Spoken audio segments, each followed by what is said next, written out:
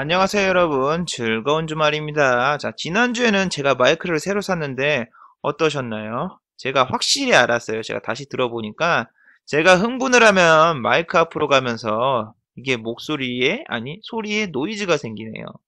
그리고 또 제가 지난주에 스트리밍 방송을 처음으로 해봤는데 어떠셨나요? 재밌으셨나요? 자, 오늘은 제가 마이크를 좀 신경 쓰면서 주의하면서 방송을 해보도록 할게요. 최대한 찢어지는 고음이 나지 않게. 자, 이번 주는 드디어 실적 시즌이 모두 끝났습니다. 제가 이번 주 한 가지 아쉬웠던 점은 우리 증시가 8월 15일 날 쉬었어요. 쉬었는데 세계 증시는 어땠죠? 14부터서 15일간 100m 달리기 하듯 쭉 유럽 증시하고 잘 나갔어요. 물론 다우는 좀 안 좋았지만 근데 우리가 14, 15에 이렇게 있었는데 14일은 좀 반영을 받았어도 그 14일 날은 원래 다른 나라보다 우리가 그렇게 많이 못 올랐거든요.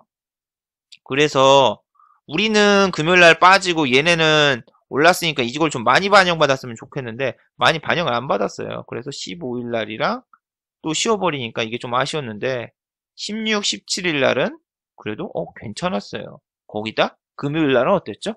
금요일 날에는 바르셀로나 테러도 있었고 또 도널드 트럼프 선생께서 또 입방정을 떠셔가지고 세계 증시가 많이 내렸는데 우린 또 코스피는 약간 보합 수준, 코스닥도 약간 보합 수준 이렇게 딱 됐는데 뭐 상승이랑 하락을 보면은 확실히 거래소 이거 보시면 하락이 많고 상승이랑 하락을 보면 코스닥은 상승이 많습니다. 거기다 지수도 거의 마이너스 1%가 빠졌었는데 다시 양봉 전환을 했는데 와 놀라워요.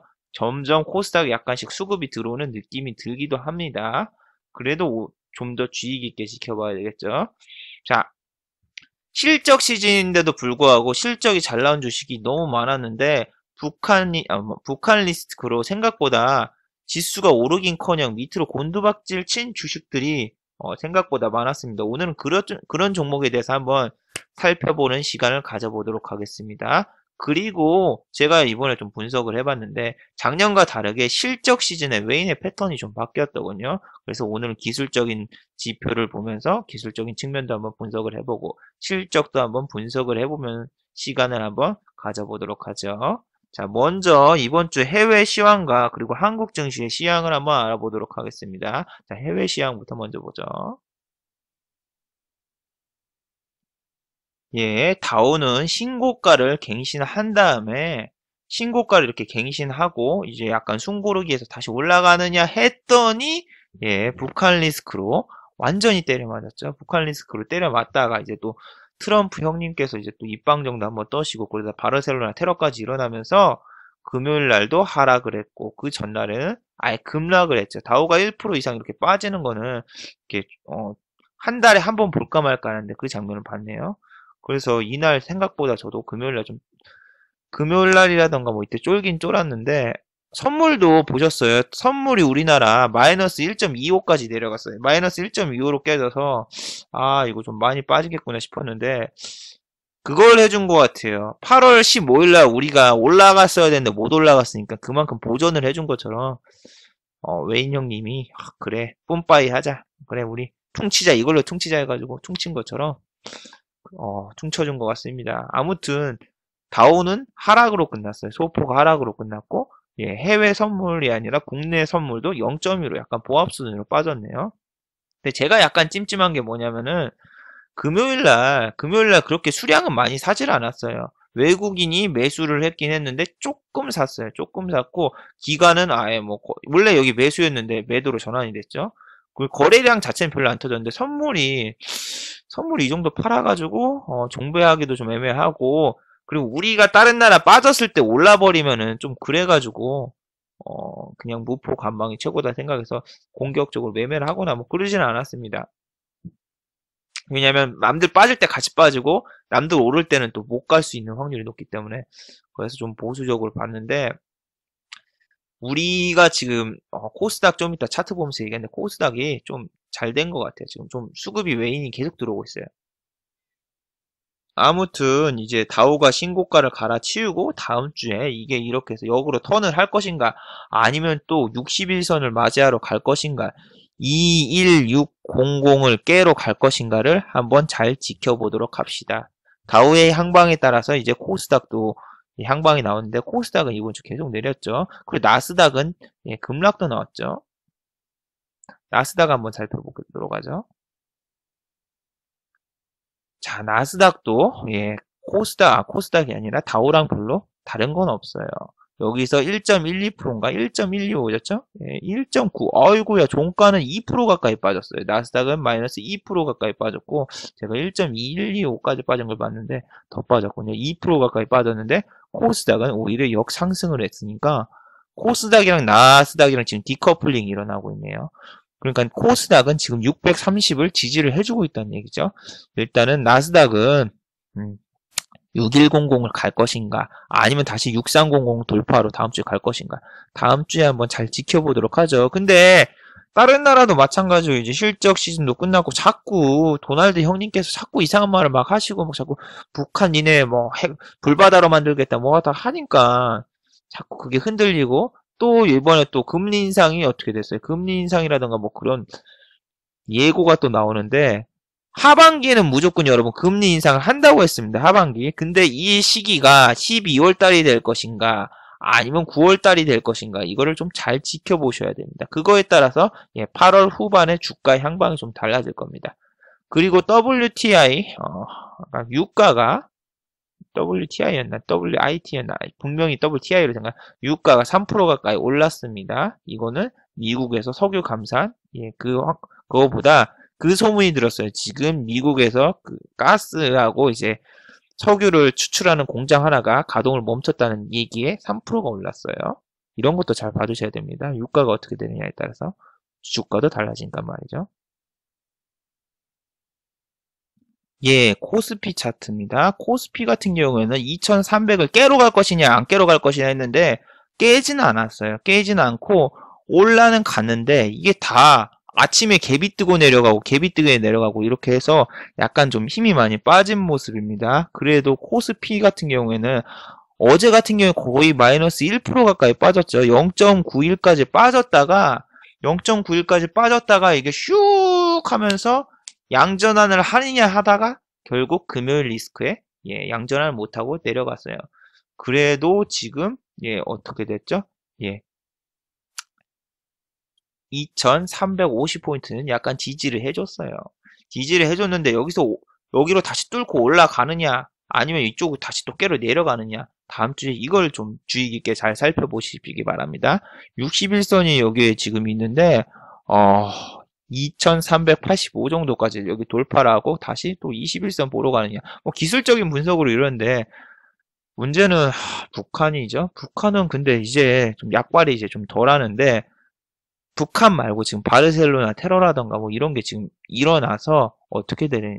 그 다음에 주가가 어떻게 되냐. 우리가 같이 빠졌으면은 다음 주에 좀 바뀌나 좀 했는데 그 테러의 여파 때문에 금요일 날도 미국이 어떻죠? 미국이 빠졌어. 보합 상태로 갔으니까 다음 주도 상승으로 시작을 할까 안 할까는 섣불리 예측이 안 되네요. 저번 주에는 확실히 말했잖아요. 저번 주에는 선물이 0.85? 0.5 이상 올랐으니까 아침에 상승으로 출발합니다. 해가지고 상승으로 했고 그 다음에 이제 올라갔는데 코스피 같은 경우에는 코스피나 뭐 코스닥 같은 경우 한국 증시 같은 경우에 8월 14일 이후에 16일이 15일이 쉬는 날이라서 섣불리 따라 들어가기 힘들었어요. 그러니까 그 다음날 이제 쫙 올려버렸는데 기다렸다 했으니 수요일날 쫙 올려버렸는데 코스피 말고 코스닥 올려버렸는데 약간 아쉽기도 하네요. 싸울 수 있었는데 아쉽네요. 그래도 안 잃는 게 제일 중요해요. 방어적으로 가야 됩니다. 자 그리고 점점 약간 살아나고 있는 코스닥은 630포인트를 깨지고 나서 그 다음에 외인 기관의 수급이 들어오기 시작합니다. 630이 깨지고 나서 밑으로 땅굴파로 들어가냐가 아니라 여기를 지지해주고 그 다음에 올라왔는데 이날은 상당히 셌어요. 1% 가까이 무려 종가에는 포인트가 1% 가까이 올랐고 어제는 마이너스 0.88로 시작을 해서 쭉 올라가서 결국 양전환 거의 포인트 1포인트 차이고 1포인트래 해서 올라가는데 코스닥은 강했어요. 그리고 수급별 주체를 보시면은 외인이 분명히 안 샀어요. 여지껏 안 샀는데 투자기관 이걸 보면은 코스피를 일단 먼저 보고 설명을 드릴게요. 코스피 같은 경우에는 여기서 계속 지속적인 매도가 나왔습니다. 지난주부터 매도가 시작됐고 16일 날도 매도가 됐어요. 16일 날 코스피 1% 1% 오를 때 매도가 나오고 금요일 날은 뭐 사긴 샀지만 그렇게 그 전에 샀던 거에 비해서 별로 없죠. 그리고 금요일이 아니군요. 예. 목요일 날이군요. 지성. 수요일 날, 목요일 날, 금요일 날. 오케이. 자, 그리고 코스닥은 와, 빨강데이. 드디어 수급이 들어오고 있어요. 외인의 수급이. 외국인 형님들이 계속 팔아서 많이 내렸는데 하고 그리고 더불어서 기관도 코스닥으로 이제 약간씩 옮겨가고 있습니다. 코스닥이 너무 빠진 것도 있지만 너무 안 오른 것도 있죠. 왜냐? 예전에는 지금 여러분 700을 돌파를 못한 게 지금 몇 년 된지 알아요? 지금 1년 넘었어요. 1년. 제가 기억하기로는 7월 25일인가 그때 한번 했는데 맞죠? 7월 25일 날. 7월 25일 날 700포인트 깨지고 그 다음에 주구장창 내렸다가 지금까지 계속 이러고 있는데 700포인트를 가기는 좀 힘들어 보이고 지금 당장은 갈 수 있는 모멘텀이 없으니까 실적 시즌 다 끝났으니까 없고 일단은 여기서 650으로 다시 올라가느냐 안 오느냐를 일단 잘 지켜봅시다. 수급 현황 같은 경우에는 지금 뭐 IT주 약간 다시 왔는데 IT주가 지금 다시 해서 3분기 실적 개선하고 뭐 D램 부족해서 올라갈 것이냐 안 올라갈 것이냐 뭐 하이닉스 이렇게 올랐는데 자 이런 거를 볼 때 지난번에도 똑같죠. 이게 일봉으로 봐야 되겠다. 일봉이죠. 이렇게 있으면은 이렇게 내렸다가 완전히 꺾어서 이 위로 올라갈 때 매매하는 게 아니라 이쪽 저항이 되게 많기 때문에 이런 거를 한 번에 돌파를 못할 경우가 많거든요. 그래서 여기서도 내려갔다 다시 돌파할 것 같은데 또 때려맞고 여기서도 또 올라가는데 보통 3번 정도 이게 위로 올라가기도 하긴 하지만 그래도 완전히 위로 올라가서 그 다음에 여기서 새로운 시세가 형성된 다음에 그 다음에 싸워서 하는 게 나아요. 괜히 이렇게 또 올라갔다 또 때려맞아가지고 여기까지 빠질 수 있으니까 IT 반도체주는 대장주가 움직임에 따라서 어떻게 움직이나 보세요. 얘가 움직이니까 동진 세미캠도 같이 올랐죠. 거의 반도체주 차트가 지금 다시 올라가느냐 꺾이느냐 지금 그 싸움인데 다음 주 수급을 잘 지켜봐야 됩니다. 근데 저 같은 경우는 이런 데서 안 싸우고 위에 올라갈 때 싸우죠. 여기 저항을 바로 맞아보니까 먹고 싶어도 많이 못 먹어요. 왜냐면 여기서 또 지지부진 끌어주다면 그 다음에 오르거나 아니면 팍 빼버리거나 둘 중 하나거든요. 그 뜻은 여기 매물병이 좀 뚫리고 난 다음에는 뻥트로처럼 변기가 막혔는데 탁 뚫렸단 말이에요. 그럼 그 다음부터는 이제 막 되게 막 물이 잘 내려가잖아요. 그런 것처럼 뚫린 다음에 싸우는 게 낫습니다. 개인적으로는. 자, 아무튼 반도체주 수급도 들어왔고 이번 주는 그래도 잘 마무리가 됐어요. 마무리가 됐고 해외 증시는 약간 안 좋았죠. 그리고 지난주부터 계속 대북 리스크가 있었는데 이제 국내 증시의 실적 시즌이 안타깝게도 휴가철이 몰리다 보니까 8월 14일, 8월 둘째 주에 이게 몰렸어요. 8월 2주째 실적 발표를 한 기업들이 되게 많았는데, 이때 북한이 미사일에다가 이거 트럼프가 불바다 만들겠다 해버리니까 실적이 나왔어도 그냥 갭도 안 뜨고 바로 추락했던 종목들이 되게 많습니다. 그 다음날도 빠지고. 정말 아쉬웠어요. 그래서 지수가 완전 개판이어가지고 실적이 좋아도 갭이 하나도 안 뜨고 다음날 쳐가버리는 종목이 많아서 오늘 그걸 좀 살펴보려고 하는데 8월 15일에는 그 종목들이 약간 갭이 다시 떴는데 다시 잡아 들어가기에는 8월 16일 쉬는 날이 8월 14일이었군요. 이제 14일 날은 갭이 떴지만 8월 15일 날 휴일 리스크가 있어가지고 매매를 들어가기가 힘들었는데 여러분이 잘 생각하셔야 돼요. 이 리스크를 괜히 감수하면서 매매를 안 해도 돼. 매매를 천천히 해도 되고 매매를 그렇게 뭐라고 해야 되냐 많이 먹으려고 들어가는 순간에 많이 때려 맞을 수 있는 그 하이 리스크 하이 리턴 그것도 생각을 하셔야 됩니다. 굳이 이런 데서 무리하면서 할 필요가 없어서 전 안 했어요. 8월은 매년 휴가철이 있기 때문에 투심이 그렇게 좋은 날이 아니에요. 아까 외인 수량도 보세요. 그렇게 많이는 안 사요. 근데 갭이 뜨죠. 왜냐 거래량이 별로 없어도 지금은 투심이 약해가지고 그냥 쭉 사도 그냥 쭉 올라가요. 자 그리고 빠질 때도 쭉 빠지죠. 그게 정말 무서운 겁니다. 자, 그러면은 이번 주 언제입니까? 지수가 1% 올랐던 코스닥 지수가 1% 올랐던 1% 올랐던 이날 8월 17일 같은 경우에는 매매를 하는 게 좋았을까 하는 게 좋았을까요? 8월 17일 날은 지수가 1% 올랐는데 그 다음날 마이너스 1%로 빠지면서 시작을 했으니까 상당히 리스크가 큽니다. 우리 전업 투자자 같은 경우에는 지수가 이렇게 1% 이상 오른 날에는 매매를 잘 안 합니다. 왜냐하면 아침에 갭이 떠서 시작을 하면은 종목들이 갭이 떠서 시작하면 여기가 고점이고 오후에 빼버리거나 아니면 여기서 그냥 보합으로 끝나요. 그리고 그 다음 날에는 이게 쭉 내려가거나 아니면 여기서 또 지지부진 한단 말이에요. 그럼 우리가 매매할 수 있는 장은 언제냐? 보통 아침에 약간 하락, 한 0.5 이하로 하락할 때 이제 이쪽에서 좀 지수가 왔다 갔다 하죠. 그리고 이런 데서 사놓고 이게 양전환 뿅 하면 지난주 금요일처럼 양전환 뿅 하면은 그 변동성을 이용해서 음봉에서 양봉으로 전하는 그 변동성을 이용해서 매매하는 경우가 가장 많습니다. 그래서 저희 같은 경우 이렇게 막 1%씩 지수가 갭을 떠서 하는 날은 별로 매매를 안 하고 좀 쉬는 경우가 많아요. 여기서 먹을 게 없어요. 근데 사람들 같은 경우 와 이렇게 많이 올랐으니까 와 오늘 장 좋은데 하는데 아니라 장이 좋은 것보다 이 틈 사이에서 먹을 수 있는 게 변동성이 일어나면서 왔다 갔다 먹을 수 있는 자리가 나오냐 안 나오냐는데 그렇게 먹을 자리가 별로 안 나와요. 갭이 떠서 시작을 하면은. 자, 그리고 이번 주 이슈를 또 하나 잠깐 살펴볼게요. 커뮤니티에서 뭐 이슈 한 건 저 뭐 지난주처럼 하나 또 소개해 드릴게요. 예, 이번 주도 또 커뮤니티에서 핫했던 이슈는 또 박철상 논란인데, 이번에는 좀, 공수 교대가 있었네요. 예전에도 저번 시간에도 말했지만, 이 400억 기부를 했다는, 기부를 한 게 아닙니다. 400억 기부를 약속을 했고, 뭐 약정으로 핸드폰처럼 약정으로 기부한 이 청년이, 알고 보니까 사기꾼이었다. 이게 밝혀졌는데, 중요한 거는, 이 의문을 제기한 신모 씨하고 또 그리고 이 박 씨하고 서로 담합을 해가지고 원래대로 하면은 이 둘이 짜고 치고 해서 400억 기사는 외전된 거 하고 둘이서 원래 마지막에 이제 기부를 하면서 둘이서 같이 기부를 하면서 해피엔딩을 만들려는 시나리오를 짰었다 하고 이제 김 씨라는 사람이 어디 커뮤니티 대표 김 씨라는 사람이 의혹을 제기를 한 거예요. 의혹을 제기해서 현재 두 분이서 이제 치고받고 논쟁을 하면서 막 커뮤니티에서도 싸우시고 결국에는 이제 뭐 법정으로 명예훼손 고소를 하면서 강용석 변호사가 뭐 선임됐다는 얘기도 있네요. 이제 뭐 법정 공판이 될 것 같다는데 주식 시장에는 이렇게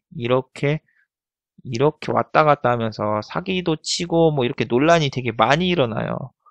이 청년은 좀 이따 나중에 또 자료도 보여주겠지만 몇 년간 정말 이런 식으로 뉴스에 노출을 하면서 사기치려고 아주 눈독 들이고 있던 청년이더군요. 이런 거 보면 진짜 주식시장이 너무 지저분한 것 같아요. 진짜 진흙탕이에요. 진흙탕. 이 청년 보면은 난 초창기부터서 상식적으로 생각하고 그냥 봐도 사기꾼이었는데 아무도 기부했다고 논란을 제기를 안 하니까 참 답답했습니다.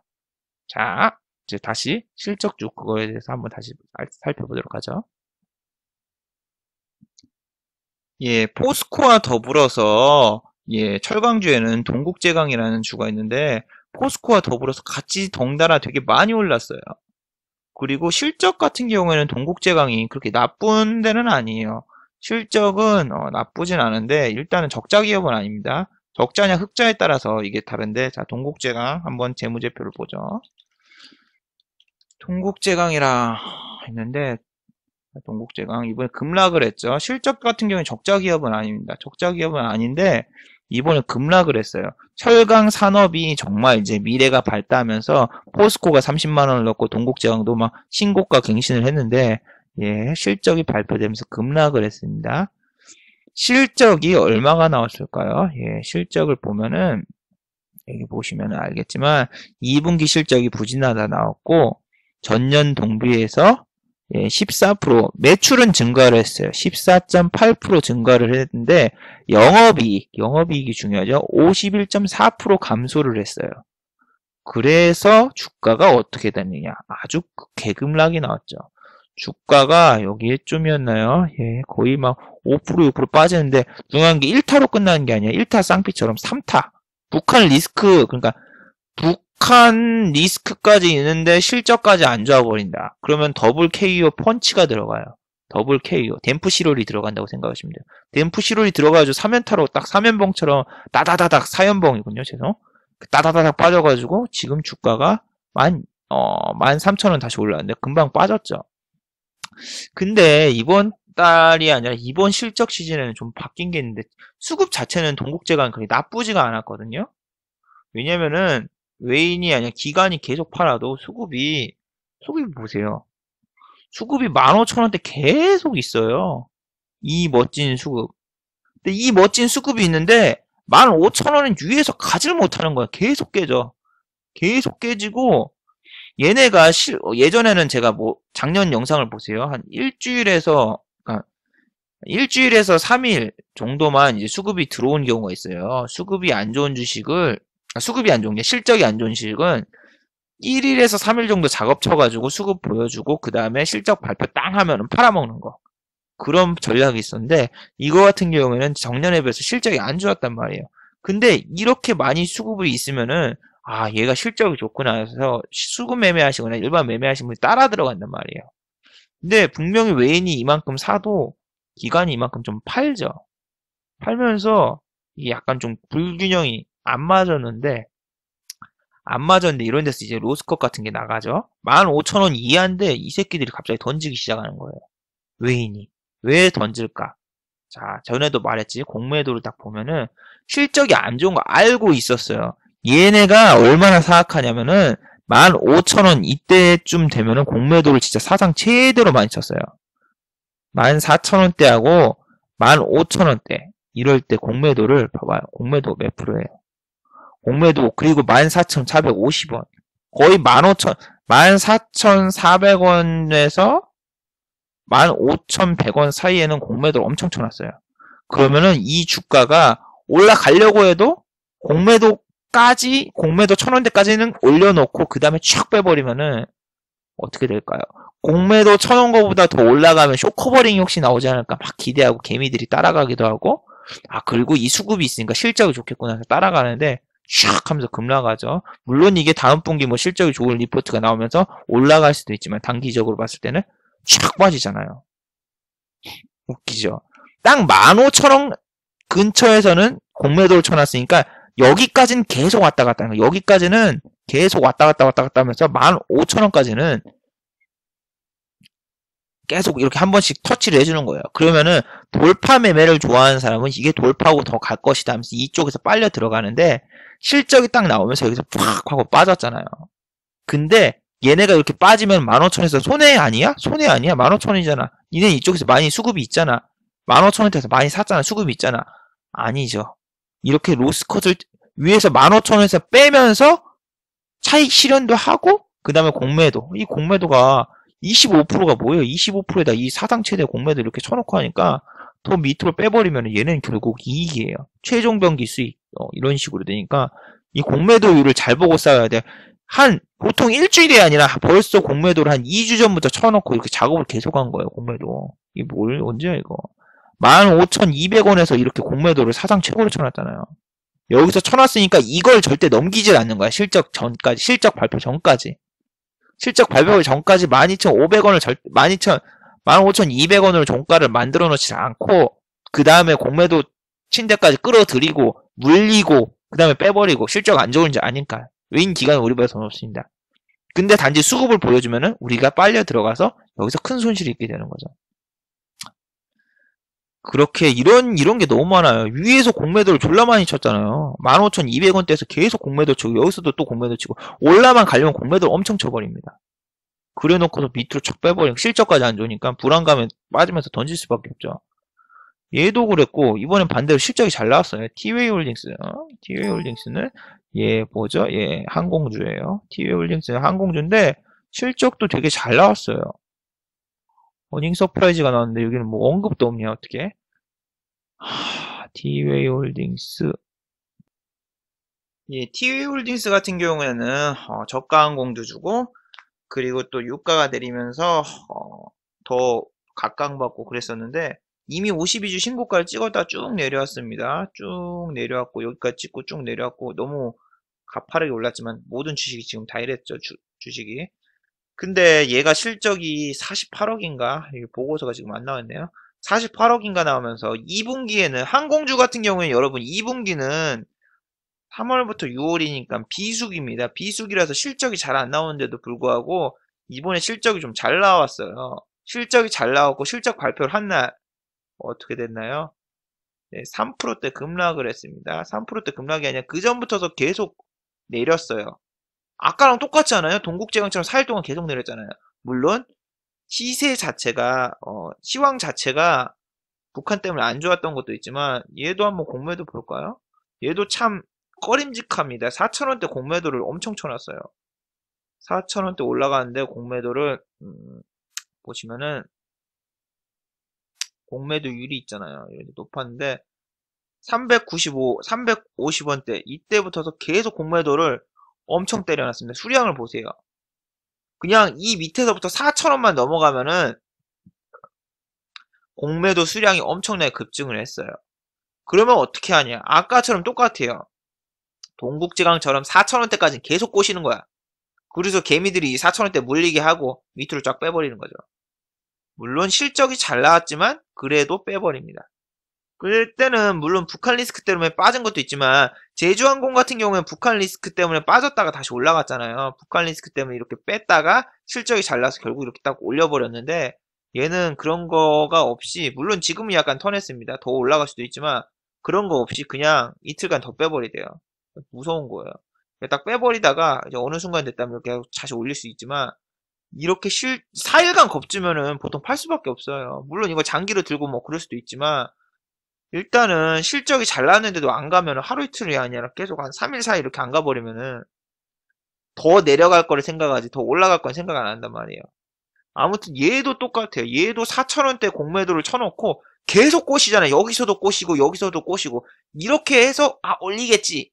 여러분이 가장 좋아하는 게 뭐 엉덩이 패턴 하면서 뭐 더블자 만들고 뭐 이렇게 해서 올라간다 하는데 두 번은 하니까 이거 올라가겠지 했는데 못 들어요. 못 들어. 이렇게 공매도를 위해서 아주 철벽을 쳐놓으면은 여기까지 꼬시고 더 뺄 확률이 높다라는 거. 특히 실적 발표 시즌에는 실적을 이용해서 이렇게 뺄 수 있다라는 거. 실적이 잘 나왔는데도 이렇게 빼버렸잖아요.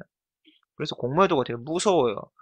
외국 같은 경우에는 공매도가 개인도 칠 수 있기 때문에 상한가 제한이 없습니다. 상한가 제한이 없으면 하루 만에 마이너스 100%가 빠질 수 있잖아요. 이렇게 생각을 하시지만 절대 그럴 일이 없습니다. 한 10% 정도 빠지려고 해도 이게 공매도라는 거는 상한을 해야 됩니다. 상한을 해야 되기 때문에 개인들도 여기서 따라 붙어가지고 공매도한 거 막 상한하고 그래서 주가가 생각보다 쉽게 안 빠집니다. 근데 우리나라 같은 경우는 뭐 개인이 시세 조작하고 뭐 그럴 위험이 있다고 공매도를 한다고 하는데 말도 안 되는 소리죠. 그건 정말 말도 안 되는 소리입니다. 자, 이 기사 제가 화장실에서 캡처했습니다. 이런 걸 딱 보여주려고. 자, 보세요. 주가 조작 혐의자 10명 중 7명은 최대 주주입니다. 다 기업이랑 짜고 치는 고스톱입니다. 이런 애들 공매도로도 수익 보고, 뉴스 갖다가도 찌라시 갖다 띄워가지고, 이제 시세 조작을 하는 애들이죠. 무슨 개인이 시세 조작을 해서 그렇게 될 거라고요? 그런 거보다 다 최대 주주나 기업체가 많습니다. 우리나라가 얼마나 지저분한데요. 자, 이런 에서 70%가 최대 주주가 회사 관련자가 모두 회사 내부자가 주가를 조작했다 이런 얘기가 많습니다. 그렇기 때문에 공매도 개인보다는 지네가 지금 치고 저러고 있잖아요. 아무튼 공매도 실적 발표 시즌에는 공매도율을 이게 계속 증가만 해. 그러면 이때까지는 이쪽에서 이렇게 공매도를 가장 많이 쳐놓은 부위에서는 매매하지 말아야 되겠다 이렇게 생각을 하세요. 정말 좋은 팁입니다. 예전에는 분명히 제가 작년에 찍은 영상에 보면 2, 3일 동안 꼬십니다. 실적 발표 2, 3일 전에 이렇게 해서 실적 잘 나오고 갭을 띄우고 팔아먹는다 했는데 갭 자체를 안 띄웠어요. 물론 북한 때문에 리스크도 있었죠. 갭 자체를 안 띄우고 그냥 빼버리니까 참 안타깝기도 합니다. 자, 그리고 이렇게 패턴이라는 게 이런 게 기술적인 거는 매번 바뀌기도 하고 그러니까 계속 하나만 배운 게 아니라 계속 자기가 연구하고 해야 됩니다. 그러기 위해서 계속 발전을 해야 되고 한 가지 바보도 아니고 기관회인이 바보도 아니고 한 가지로는 계속 오지 않습니다. 토스도 하고 리시브도 하고 별거 다 합니다. 자, 그리고 이전에 말했던 J 콘텐츠리는 실적이 잘 나온 다음에 갭이 뜬 다음에 이렇게 또 빠지는 경우도 있습니다. J 콘텐츠리는 뭐였죠? 얘 중국 사드 관련 때문에 손실을 영업이 적자가 나거나 아니면은 시황이 안 좋을 거다 했는데 의외로 어닝 서프라이즈가 떠서 예, 이렇게 어떻게 되죠? 예, 거의 신고가 근처까지 갔어요. 52주 신고가 근처까지 갔는데 쫙 빠지죠. 왜 쫙 빠지냐면은 북한이 뭡니까? 북한이 사드. 북한이 도발을 하면은 사드 배치 관련이라던가 이게 또 계속 구설수에 오릅니다. 그러면은 거기에 관련주들은 밑으로 처박는 거죠. 아무리 J 콘텐츠리가 실적이 잘 나왔어도 이 사드라는 악재가 이 중국 관련된 소비주에서 중국 관련주에서 사드라는 악재 자체가 없어지지 해소가 되지 않으면은 그 불안감과 공포의 공매도라던가 이런 걸 쳐서 내릴 수도 있고 주가가 밑으로 하방으로 갈 확률이 더 높아져요. 아무리 영업이익이 증가하고 그리고 실적이 잘 나왔어도 이렇게 다시 하고 주가가 다시 밑으로 실적 발표 밑으로 다시 희귀하는 경우가 이렇게 나옵니다. 그래도 얘는 양반이죠. 얘는 양반김이죠. 김은 사조김보다 양반김이 좋은 것 같아요. 자, 얘는 양반이죠. 밥솥 업체 쿠쿠전자 이런 애. 쿠쿠전자 같은 경우에는 이런 애들 뭐예요? 중국 관련 소비주에다가 옛날 2015년도만 해도 뭐 중국 애들이 아주 밥솥 사간다고 난리를 쳤어요. 그때 막 최후의 신고가 갔었잖아요. 30만원짜리 주식이었어요, 불과. 중국 애들이 니야호마 쿠쿠 밥솥 하면서 막 밥솥 사갔다면서 그 난리를 치더니 주가가 반토막 되더니 이제 반의 반토막에 3분의 1 토막이 났네요. 이렇게 사드 북한 리스크가 있는 종목들은 북한이 한번 도발만 하면 날아가니까 관종에서 제외를 하고 얘가 설사 오르는 것 같다 해도 이런 데서 따라 들어가면 안 됩니다. 악재가 사라질 때까지 기다려. 악재는 또 다른 기회다 하다가 때려 맞아버리면 거기서 그냥 주식 인생이 끝나버린다니까요. 공포의 사자 했는데 그 공포가 언제 끝날지 몰라요. 공포의 외인 구단에서 만화도 있었지만 뭐 얘도 똑같죠. 부광인가?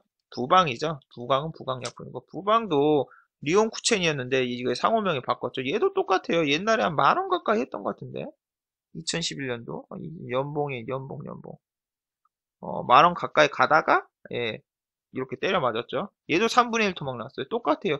이 리스크 하나가 사드라는 리스크 하나 때문에 2년 동안 이렇게 계속 보여버렸는데 얘가 더 오를지 안 오를지는 모르지만 여기서 지하실이 더 있을 수도 있습니다, 여러분.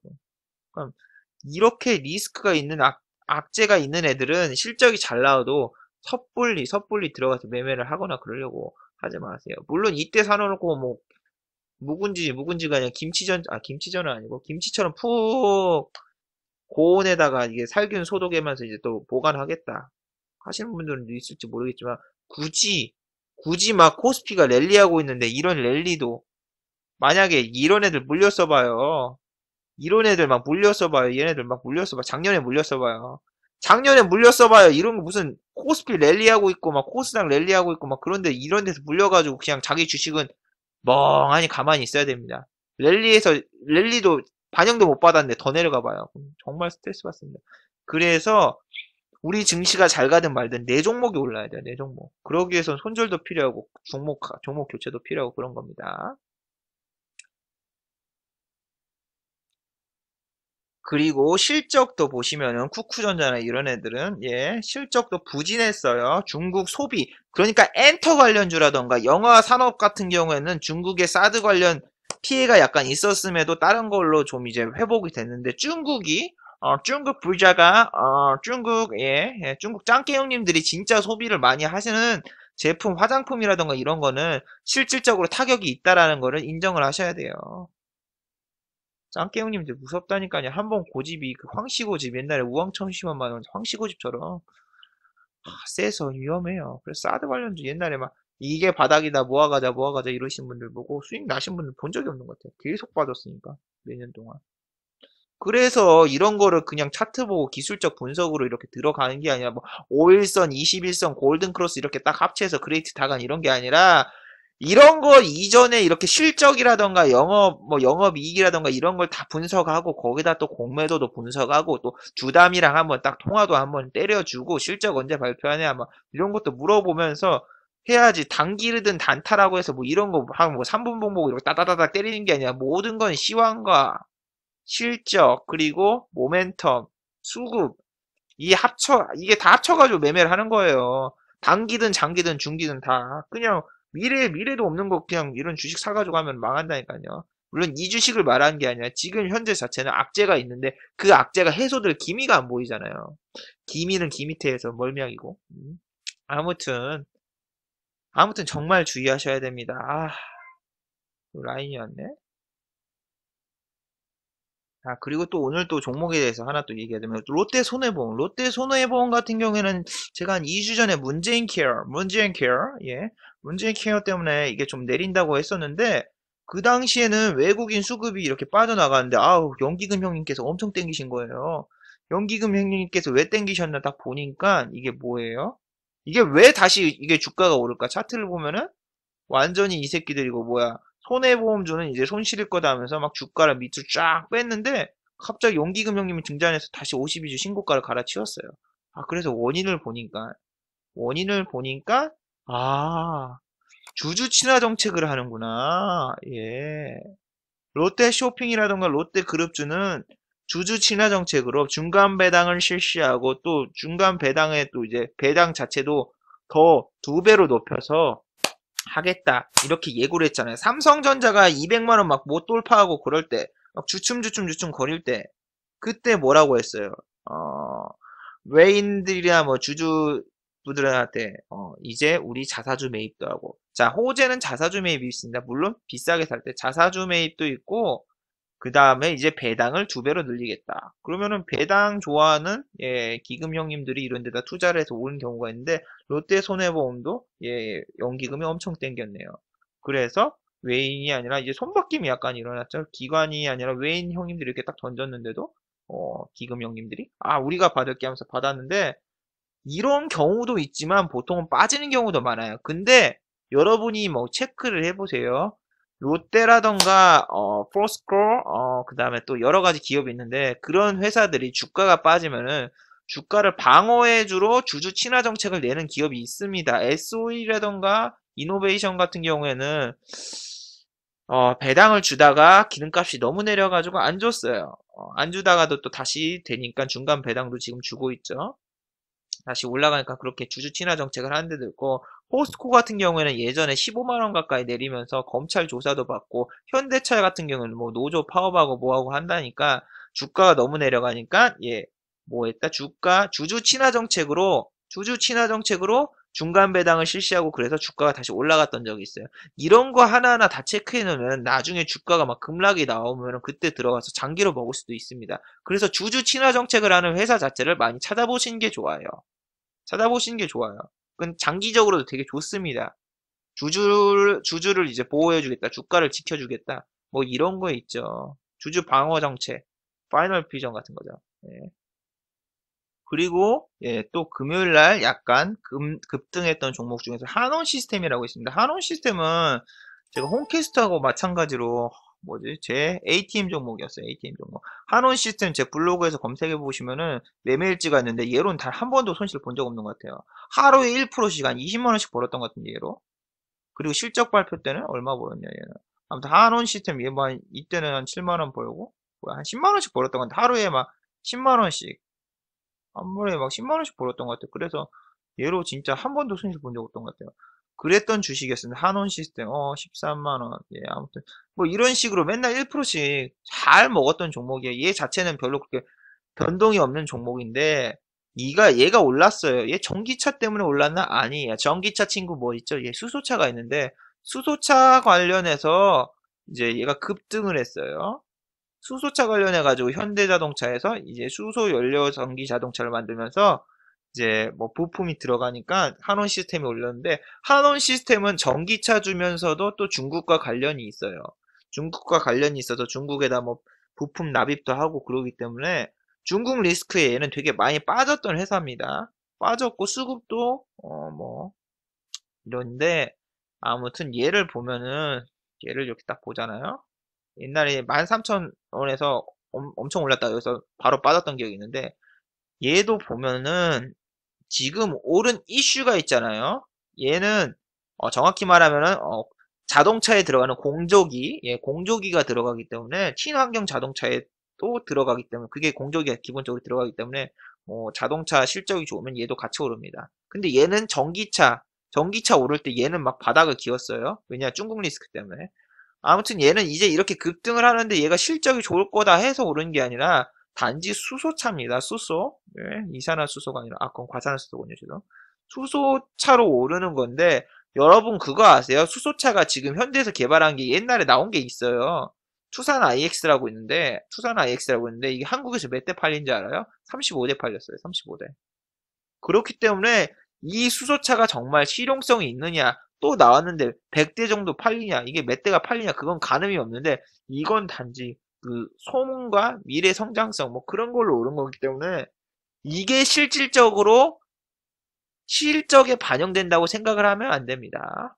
그렇기 때문에 이 뜬 소문에 오른 건가 아니면은 그런 건가 이런 거를 잘 파악을 하셔야 돼요. 그 근본적인 거 이러고 싱싱이처럼 현대자동차 싱싱이처럼 이게 싱싱싱해서 주가가 올라갈 수도 있어요. 근데 이런 주식들은 뭐다? 그럼 실적 발표할 때 실적이 부진할 수 있다라는 거. 그럼 더 조심해야 되는 거 아니에요? 얘는 실적이 부진해가지고 실적 시즌에도 내렸어요. 실적 수진에 언제 내렸냐?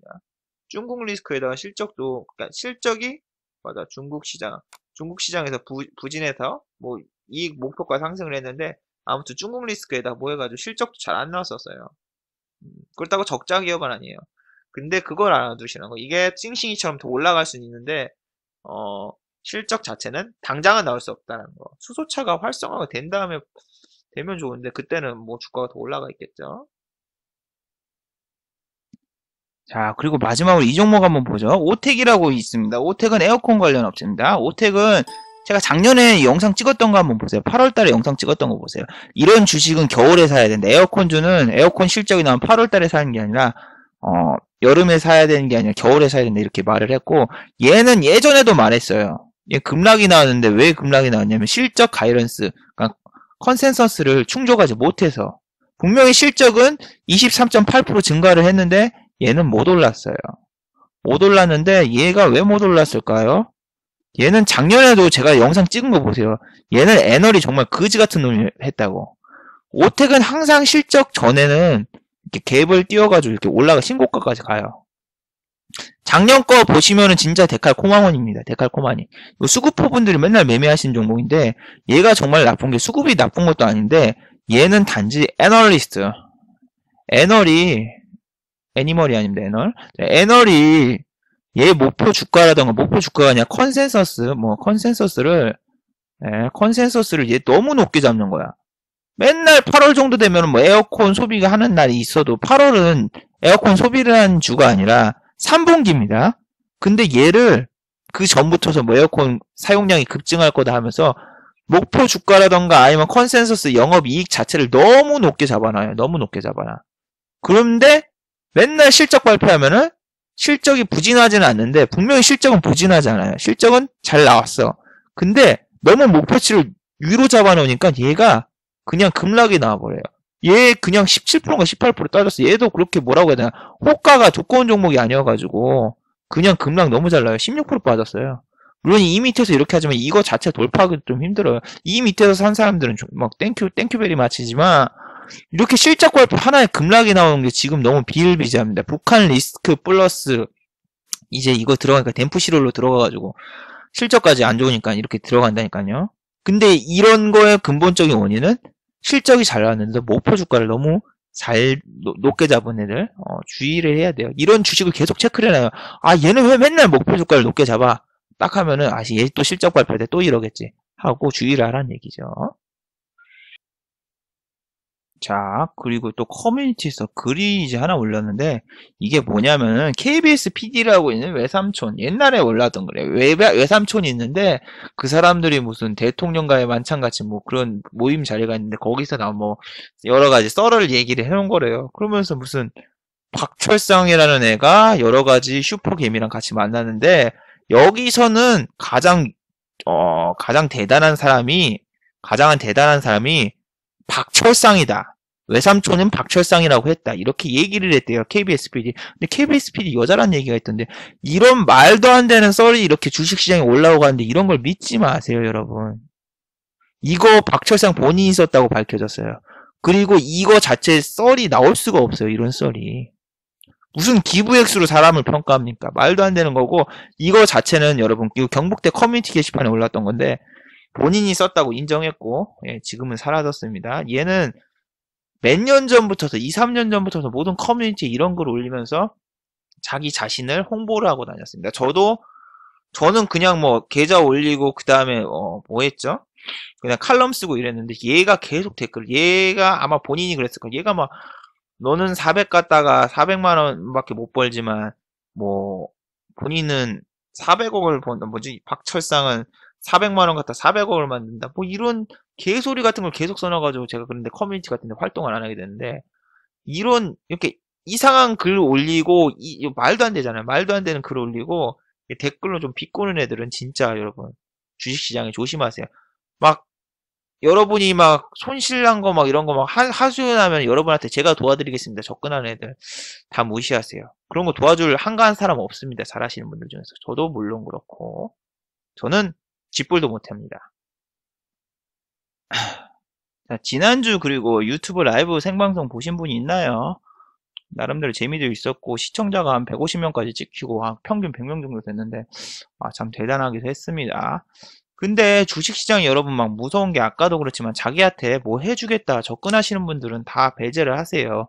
저도 이번 방송을 통해서 되게 느낀 거 있어요. 이 생방송 하면서. 예전에 말이죠. 자꾸 누군가가 저한테 후원을 해주고 싶대요. 영상 잘 보고 있어서 후원을 해주고 싶대요. 고생하시는 것 같아서. 금액적으로. 돈으로. 돈으로 자꾸 후원을 하고 싶다는데 이게 자꾸 냄새가 나는 거예요. 이게 뭐냐면은 잘 이해가 안 되는 게 뭐냐면은 유튜브 이런 거 구독하시는 분들 이런 거 보시는 분들 주식하시는 분들에서 거의 다 손실 나신 분들이 많잖아요. 손실 나시는 분들이 많은데 이좀 막 거액의 돈을 막 후원해주고 싶다 이러니까 내 구독자가 아닌 것 같다 하면서 이쪽에서 의문이 드는 거예요. 뭐 거액이라봤자 100만 원 그 정도겠죠 뭐. 근데 자꾸 이런 분들이 내 계좌번호를 물어보는 거예요. 계좌번호. 통장이랑 계좌번호 알려주면 바로 돈 쏴드리겠습니다. 이런데 몇 번을 거절을 했는데 이런 분들이 몇 분이 막 돌아가면서 오니까 이게 아이디 바꿔서 한 분이 계속 작업하는 것 같은 거예요. 이게 과연 정말 좋은 취지로 이렇게 하는 건가? 아니면 이게 나한테 통장에다 예를 들면 돈을 팍 넣어놓고 이 새끼가 제 돈 먹고 튀었습니다. 아니면 얘가 뭐 나한테 강의를 했는데 유료 강의 같은 걸 했는데 손실받고 뭐 했습니다. 뭐 이런 식으로 가짜 카톡 내용이나 이런 거 만들어가지고 가짜로 막 만들어가지고 구설수에 오르게 해가지고 사람 하나 매장시킬 수 있단 말이에요. 그럴 걸로 접근을 하는 건가? 이게 좀 정말 이상한 생각이 드는 거예요. 계속 계좌번호를 알려달라고 하니까 정말 이상해서 정말 그렇게 후원을 하고 싶으면 옛날에 여러분 여기 보셨어요? 여기 보시면 트위치에서 이렇게 딱 더블 마크가 있어서 후원하기 버튼이 있었어요. 후원하기 버튼이라고 있는데 이게 어떤 거였냐면은 이거 다른 사람 유튜브인데 이렇게 뭐 후원하기 버튼을 내가 만들어 봤어요. 하도 후원을 하고 싶다고 해서. 왜 저렇게 했냐면은 저기는 수수료를 떼지만 수수료를 물론 떼가지만 확실히 자기가 후원하고 싶다라는 목적의 후원금이 저기에 딱 찍혀서 나오잖아요. 내 통장에 들어가는 게 아니라 저쪽 회사에 들어가서 나중에 저기서 뭐 차익을 제외하고 나한테 후원이 별풍선같이 후원이 들어오는 거란 말이에요.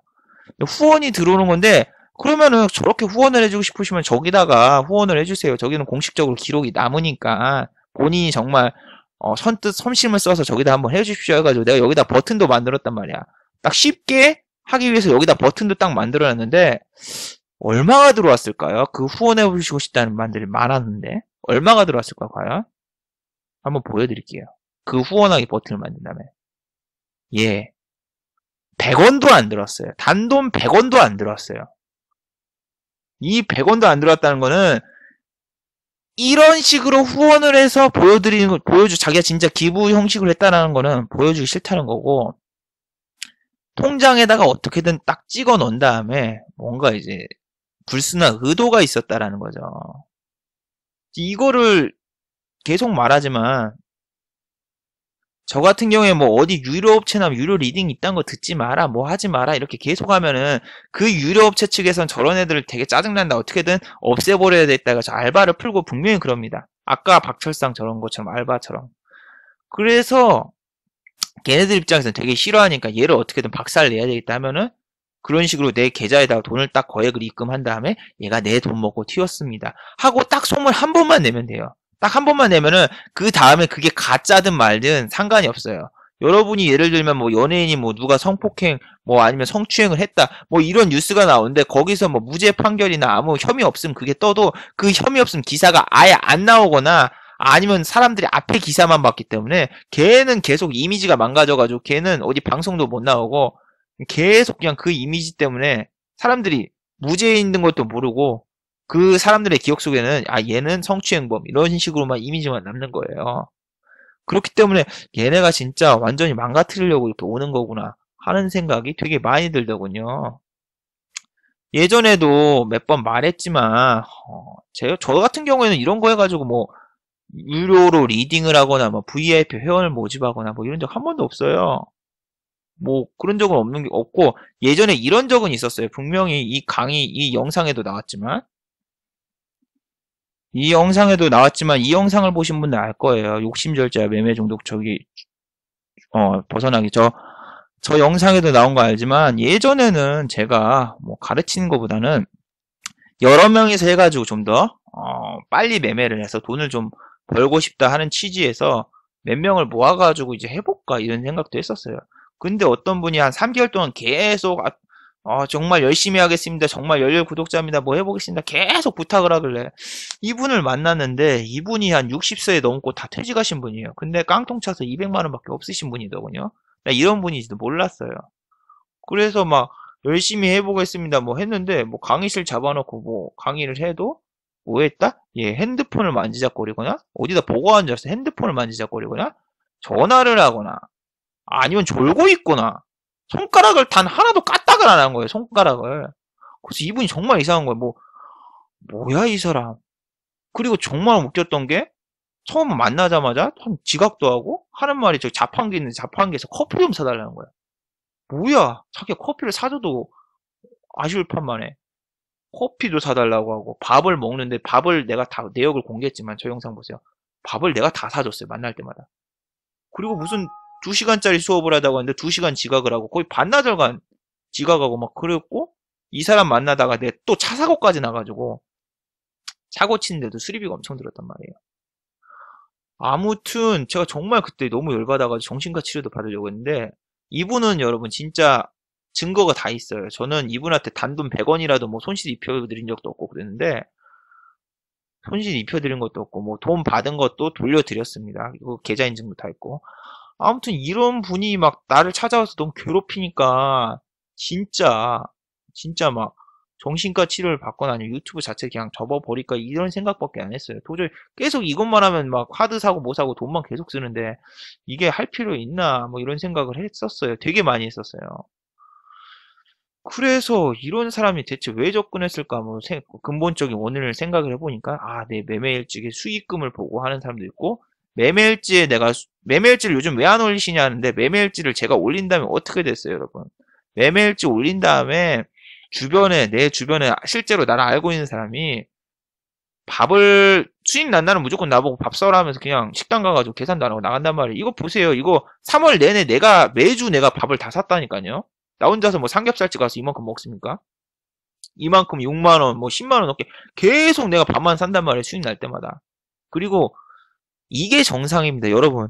절대로 자기가 뭐 수익 나고 이런 거를 주변 사람한테 알리고 그러지 않아요. 알리고 그러지도 않으니까 가면을 쓰거나 아니면은 뭐 전화번호라던가 카톡이라던가 뭐 이런 거 다 노출 자체를 안 하지 누가 내가 도와드리겠습니까 하면서 이렇게 접근을 합니까? 얼굴 까고 그럴 수 절대 없어요. 얼마나 피곤한 일이 많은데요. 집으로 찾아오고 심지어는 내가 예전에도 보였잖아요. 인천공항 가가지고 여기 인천공항입니다. 인천공항 가가지고도 내가 막 매매하는데 처음에는 그냥 저 젊은이 돈 날리겠네 뭐 어쩌고저쩌고 하다가 종가 베팅 해가지고 탁 먹는 거 탁 보더니 막 아저씨들 막 나이 드신 아저씨들 막 쫓아오셔가지고 주차장까지 막 쫓아오시면서 아이고 선생님 막 이러는 것처럼 이거 진짜 인천공항입니다. 너무나 귀찮은 일이 많이 생깁니다. 뭐 여기만 해도 한번 찾아뵙고 싶습니다. 뭐 하고 싶습니다.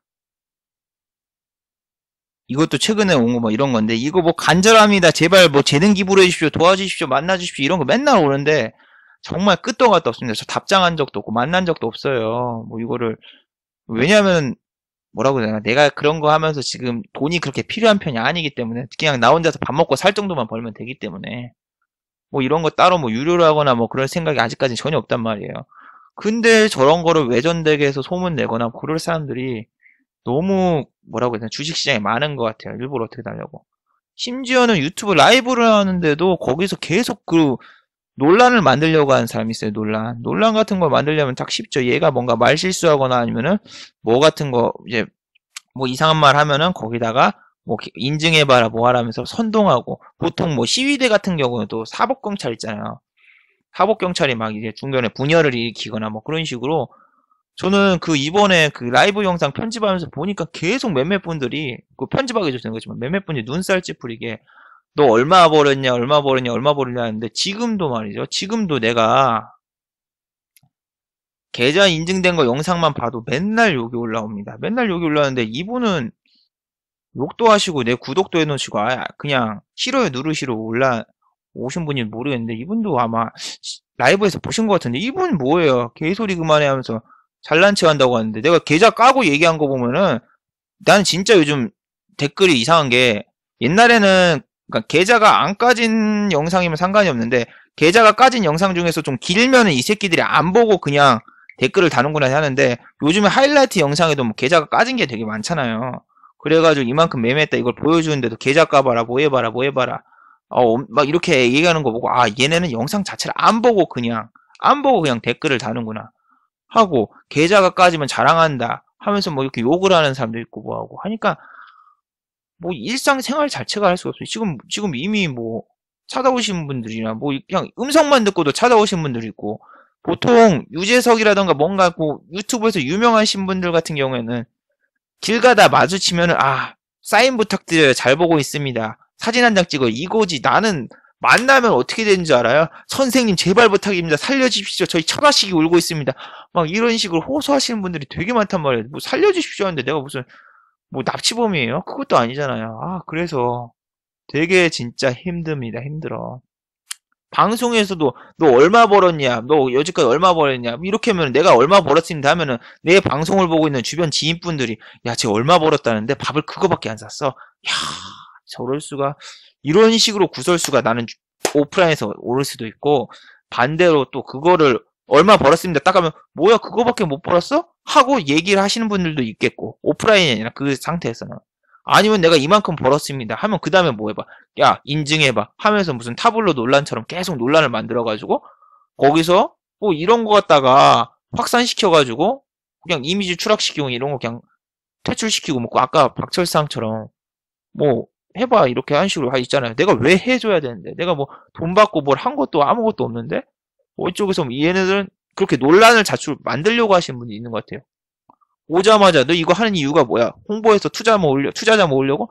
계속 그걸 치고, 아니 4시간 동안 하는데 4시간 동안 계속 내가 밥을 먹든 무슨 말을 하든 계속 똑같은 것만 계속 도배하면서 얘기를 하니까, 처음에 시청자분들 중에서 내가 출석 체크 같은 걸 했을 때 여자분도 있었고 일반 분들도 있었고 심지어 일본인도 있었어요. 근데 나중에 이제 끝날 때쯤 되보니까 주식하시는 분들 빼고 나머지 다 나갔어요. 중간에 그냥 그런 게 계속 도배되니까.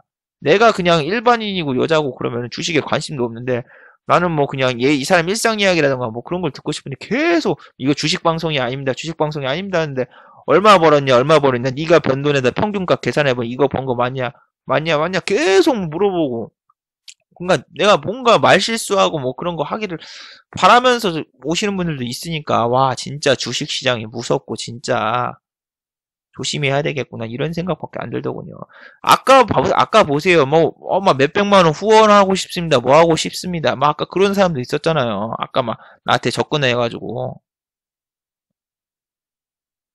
제가 블로그에도 후기를 올렸지만 이거를 해서 뭐 제가 돈 벌거나 뭐 그런 거 하나도 없습니다.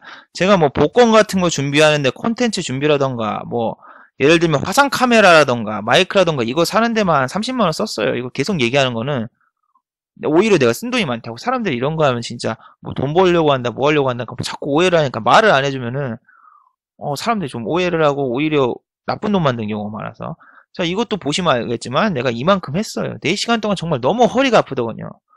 그리고 제가 얼마를 벌었냐. 이때 여기도 올려놨지만 스크린샷 조작이 아니라 2,000원 벌었어요. 제가 방송할 때 3,000원 벌었다고 했는데 제가 확인해보니까 2,000원이더군요. 보세요.